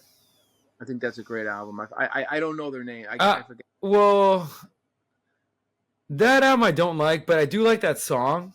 Yeah. "Knocking on Heaven's Door." But yeah, no. Billy the Kid. Something. He's in a movie. He's actually in a movie. There's an album called something in Billy the Kid. And I talk about. Oh, well, that's the one that has "Knocking on Heaven's Door." Yeah, that's the one. Yeah, that's the one. Yeah, and he's in. The movie. He made a soundtrack, but the soundtrack isn't that great, except that song. Yeah, and it kind of the 3 albums leading up to it, they're okay, but "Blood on the Tracks" is a masterpiece. Basement Tapes. That's my favorite. Basement Tapes, and then "Desire," and those will be the 3. We're gonna do. And it's funny because "Basement Tapes" is kind of odd when it was released because it was already a bootleg around this time. So we're gonna do an episode on "Basement Tapes" for sure. But in terms of his 70s output, like it's one of his greatest. "Blood on the Tracks." Every song is so amazing. Yeah. And then Joe's favorite, "Desire," which we'll have Mr. Joe Silkman on for that one. That's a great album. One of his last masterpieces. Not to say that he has more later on, but just for his genius. I hate to say it. I think he peaked after this album. After "Blood on the Tracks," I mean. Like in the bass, like the "Basement Tapes" are genius, but that's old. That's not new. He wrote that in Wesley Hart. That doesn't count. "Blood on the Track" is a masterpiece, but up into that, "Knocking on Heaven's Door" is a masterpiece and a genius. But the 3 albums before that, they're okay. I guess he was like stuck. He didn't know where to go after that. That's why he went gospel. Then he did "Desire," which is a masterpiece. Then I lost him. Then I don't really, I don't, I lost him on that, after that. And I don't know, much of his stuff after that. Well, I love what you said that he peaked at "Blood on the Tracks." Because I agree. I think, and I love "Desire." Don't get me wrong. Like that album is also a masterpiece, and I can't wait to listen to it and analyze it. But "Blood on the Tracks" is peak. I mean, after that, he didn't release nothing with that, sense of urgency and, and talk about "Blood on the Tracks" is interesting because it's a mix of, heartbreak, love, symbolism, religion. Like he just puts in this beautiful mix, and his vocals are a mix of his warm tones and nasal. It just combines, and I'll be honest, that might be Bob. Like if any new Bob Dylan fans out there, if you asked us what album to start, I would say Manny from the Cheech and Manny music show, I would say Blonde on the Tracks is the place to start. But if you want something more accessible, Nashville Skyline, because all the songs are so beautiful, poppy, but lovey dovey. What they might be confusing, because they might think, oh, he's kind of a country guy. If you started, but it's fun, right? Like I would say maybe. Well, it was crazy, but Cheech, I don't know if you would agree. But for Bob Dylan, like for new Bob Dylan, I feel like, for example, like Highway 61 Revisited is a little. It's great. It's like, don't get me wrong, like a Rolling Stone is the '60s. Oh, yeah. But for the young audience, I don't think like they have to slowly go into Bob Dylan and explore. And country, I think this country's voice and style. You're right. It's gonna confuse people when they go from this album to, let's say, like Blonde on Blonde, because they'd be like, wait, this is the same singer? But it's sort of a good way to kind of enter Bob Dylan. But and it makes me think, like, as genius as Bob Dylan is, genius, he loses, like, he had, like, from his first album up to this album, okay? They're all genius. But then after that, he kind of starts to go downhill, and he doesn't have quality albums. Like, and don't, Dylan fans don't get mad. I mean, but compared to dude, true Dylan fans will not get mad because they agree. Like compared to, say, Led Zeppelin, who had like 9 albums in a row, Sabbath, 9 albums in a row. I mean, not to compare their two different styles, but like he didn't have that consistency like some bands did. No, what he had in the '60s, yeah. Like '70s, Bob Dylan was very inconsistent, like very. Yeah, and I didn't know, he probably didn't know where to go in the '70s. He should have went off maybe, because that was AM radio, yacht rock. Well, it's funny because what's funny. I mean, I would argue, no offense, others eclipsed him. James Taylor, Carole King, Steely Dan, Joni Mitchell. And Joni Mitchell eclipsed him. So Bob Dylan, I think he peaked in the '60s for sure. That could be one of his peaks. Yeah. But the problem with the '70s, all his influence now reached new artists, and they eclipsed him. America, Cat Stevens. Oh my goodness, Cat Stevens. Yeah, Bruce Springsteen. Jim Croce. But Springsteen, dude, Bruce Springsteen. But Springsteen is a rocker. You know what I mean? I don't consider. No. But when he started out, he first of all, he was signed on to Columbia Records, and they were advertising him as the new Dylan with his first record. Really? So he eclipsed. He was getting more promotion than Bob Dylan himself. And they were calling him the new Dylan. Now you're right. By his third album, Born to Run, he's going to reinvent himself and become the boss. But he was, for the time, he was, if you look at his lyrics on his first 2 albums, Bob Dylan-esque. Not far. I would say, like, he tapped into Bob Dylan and became Bob Dylan in the '70s for a little bit. And actually returned in the '80s with Nebraska. But the problem is Bruce Springsteen, being more young, eclipsed him. Oh yeah, I mean, you got to say, like, he did have one of the biggest songs, like of the '70s too. "Knocking on Heaven's Door" is freaking huge. That's a popular radio song. But the problem in that, it's just a song. But the album sucks. It's not that great. It's not like he didn't do anything. So I'm gonna take that away. Like, it's not like he put out. No. Like Blood on the Tracks, you're not. You Shelter from the Storm. You'll hear that on the radio.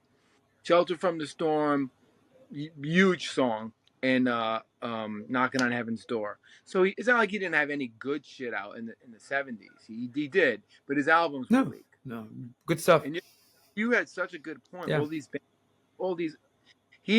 With Bob Dylan again. He invents AM radio. He invents soft rock. Think about it. Yacht rock. They call it yacht rock. I hate that term, but it's like This guy is such a Me too. I hate on the record. Wait, Cheech. On the record, Cheech and Manny hate yacht rock. I never call it yacht rock. Like I don't know I where that came from. It's we so love dumb. yacht, but we don't like to call it yacht No, rock. we love We, it. we want to do a No, whole no. show on like Soft Cell, the Little River Band, Yeah, Stevens, the yeah, Eagles, America, yeah. you know, great Air Supply. These Oh, great bands that had I call them AM radio, AM Gold. You yeah. know, I that was like an that. I like that term better. that was And, an oh, album. and Cheech, one more. No, Cheech, one more artist that eclipsed them. Neil Young. Oh yeah, Because yeah, Neil Young got it eclipsed him. Like, and Neil Young is just yeah. legendary. I have his album behind me, Harvest, for example. Like, dude. And by the way, wait, one more connection. Bob Dylan, Nashville Skyline. We said that he started country rock. Neil Young perfected it with Harvest. I'm Yeah, gonna argue that. Like, he did. old man, look at my life, and he kind of combined that both vibe and Yeah. musicianship. And oh, The anyway, thing, Neil Young eclipsed him too. the thing Neil Young did was he knew how to change with the time. Crazy Horse, Down by the River. I mean, Yeah, he was jamming. You know, he was up there jamming like Led yeah, Zeppelin, Sabbath were jamming. You know, Dylan was right. not going to do that. You know, that's why he didn't make it in the early '70s, even into the '80s. You know, his gospel album did good, but like I remember thinking like, gospel, it's the '80s. You know, I don't want, you know, like No, and think about it, dude. I think Cheech was listening to, our favorite new band, I Iron Maiden. wasn't, So talk about like change of the times. yeah, I wasn't going to listen to a gospel Dylan album. So Dylan didn't really he didn't have the longevity. He got eclipsed, like you said, by everybody. Everybody eclipsed him, especially Joni Mitchell. She took off in 1970. She ruled the '70s for this kind of music, you know, and she got into Yeah. jazz and stuff. Joan Baez was like sunk. She had no career in the '70s. You know, she like and even if you go Well, by, she got eclipsed. She got eclipsed by Carole King. oh yeah, and Carly Simon, you know, people like that. Oh, I Linda forgot Carly Simon, legendary. Linda Linda Ronstadt. Ronstadt. Oh, Blue Bayou, what a beautiful song. You know, what a great song that is.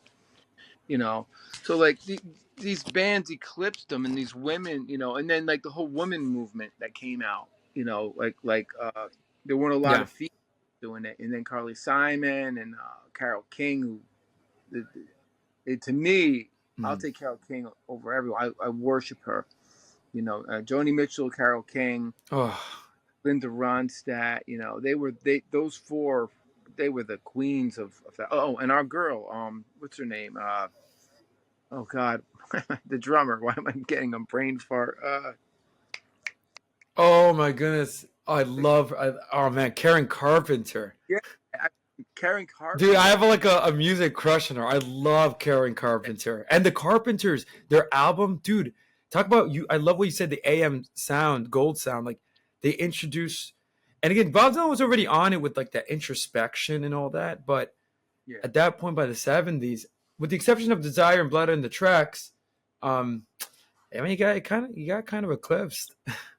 he did. You know, and he invented it. You know, and it's almost like, you know, I don't Yeah. want to compare Jaco, but Jaco Pastorius invented a bass sound with a fretless bass, and he innovated the bass and he took it to the next level. But by the '80s, everybody sounded like Jaco. His bass sound was used on commercials. It Mm. was in movies. That fretless sound, and it's like they took somebody's sound and they commercialized it. You know, and that's what they did to Dylan. Right. Dylan invented AM Gold, kind of, you know, folky AM Gold, and then these bands. He started a genre. He started soft rock, which you know became huge in the early all through the '70s. You know, all through Yeah. the '70s. You know, stuff that you'd hear in the dentist's office. You know, I love that stuff. The greatest music. You know, It's amazing. You know, when we talked about doing a show on that, all that kind of stuff, and thanks to Bob Dylan. It's coming up. Yeah, you know. So, Yeah. but you know, the recap, and we're almost at the 2 hour mark, which is good because I didn't think we'd get this far with this album because like it was just the same theme. We didn't break down. There was no Carl Jung and there's no, you know, no Isaiah, you know, but No heavy philosophy of religion, theology. yeah. And Dylan blew my mind because he's the most religious out of all these people. Oh my God. You know, I'm Blonde on Blonde. Yeah. Yeah. Go to our Blonde on Blonde show. You'll get a Bible lesson. It's amazing what you did. It was amazing. Yeah. And I loved it. You know, so yeah, so definitely check out Nashville Skyline. And I'm curious. I would love to talk to like Dylan heads, like we're Rush heads and you're Genesis head. You know, like Zeppelin heads. How they feel about this album? Would love to. Is this his caress of steel to them? Yeah. You know what I mean? Do they over it? You know. I mean, dude, you know what's funny? Yeah. That most Dylan fans and Dylanologists. So obviously, I watch a lot of other, you know, more Dylan experts, Dylanologists. They think this album is forgettable. Definitely a pass with a few exceptions, but they don't include it in his greatest work. Some of them include it in C tier, like A, B, C, C. Yeah. So, and I get it. Like, I get it. Yeah. I mean, but they're not looking at it from the way Chris Christopherson looked at it. That he innovated country rock. Right. I'm surprised that the Dylan album did that. You know, I would love to. That's a great point. They're looking at that's a great point. They're looking at it from his previous releases. So the perspective of like Blonde on Blonde, Highway 61, the Freewheelin' Bob Dylan. Mm-hmm. But you're looking at it from the perspective of, you know, the genre and the genre that he was influencing and in a way inventing. Yeah. And it's not even like he embraced, like Rush is Rush. Like Rush invented Rush. They're prog rock, they got their sound. They changed their sound with technology. They reinvented themselves, but they didn't reinvent a genre. You know what I mean? Like Rush didn't reinvent a genre in the 80s. This man reinvents genres. You know, like that's the genius. That's what people have to understand about Bob Dylan. Yeah. Not only poet and lyrics, genius, but he's reinventing music that is going on, you know, to surpass him in the 70s. That's why he wasn't successful.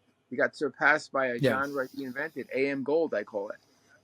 You know, like you said, it surpassed him, and you know, I wonder if he ever thought of that. Like, whoa, I invented this genre, and no one's buying my albums, but the Eagles are really rocking it, you know, taking it by storm. Right. And I'm starting to see my freeze counter, my reconnect. You could still hear me, right? I think we reached that time. We have the Robert Johnson influence right now. Yeah. We got, you know, let's just go 2 more minutes and we'll get 2 hours out of this. And that's amazing. You know, like I did not think we'd get 2 hours out of this album because it was just like repetitive. The lyrics were kind of, you know, not boring, but the same topic, you know. But, you know, for the same topic, it's like your average pop album or whatever, but it's. But I think it's important musically and just the whole album of what it represents. I think it's so important. You love the Eagles. You love like Neil Young. I'll be honest with you. I don't know if Neil Young was influenced by this album. I don't know if he would admit that. But I'll be honest with you. Harvest is a level 36 Pokemon evolution. Like, you know, everything that Dylan started, he continued. Dylan is like a Pokemon. And perfected. And other bands are the evolution. Yo, he's a starter, Cheech. Yo, he's a starter. He's your Charmander, you know. Yeah. You know, Scraggy. Wait, speaking of, where's my boy? There's my boy. I sleep with Charmander, and I'm 55 years old. Anyway, I think your kids will get a kick out of that. But so anyway, Is Pokemon still cool? I don't know.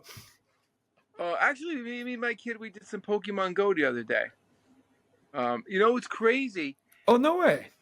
My kid's professor brought it up. You get a kick out of this. Brought up that he was into Pokemon Go and he was still doing it.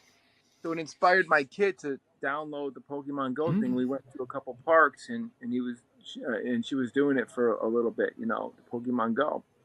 But then after 3 days, she's like, I'm bored of this. But it's cool that the professor was still doing it. People still do that stuff. It's crazy, the Pokemon Go. That's cool. That's cool. But on that note, I'm seeing the reconnection. And I'm not freezing, right? Am I freezing? You have been. It's starting. Okay. Well, Robert Johnson. It's starting. Robert Johnson's creeping in, and great show.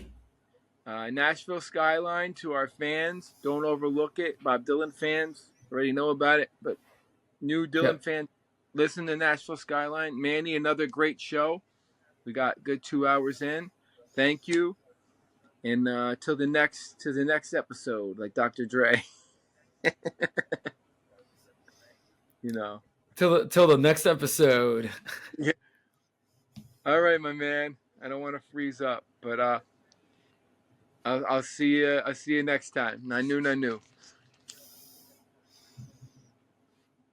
All right, Cheech. Always a pleasure, brother. All right, man. All right. Bye-bye.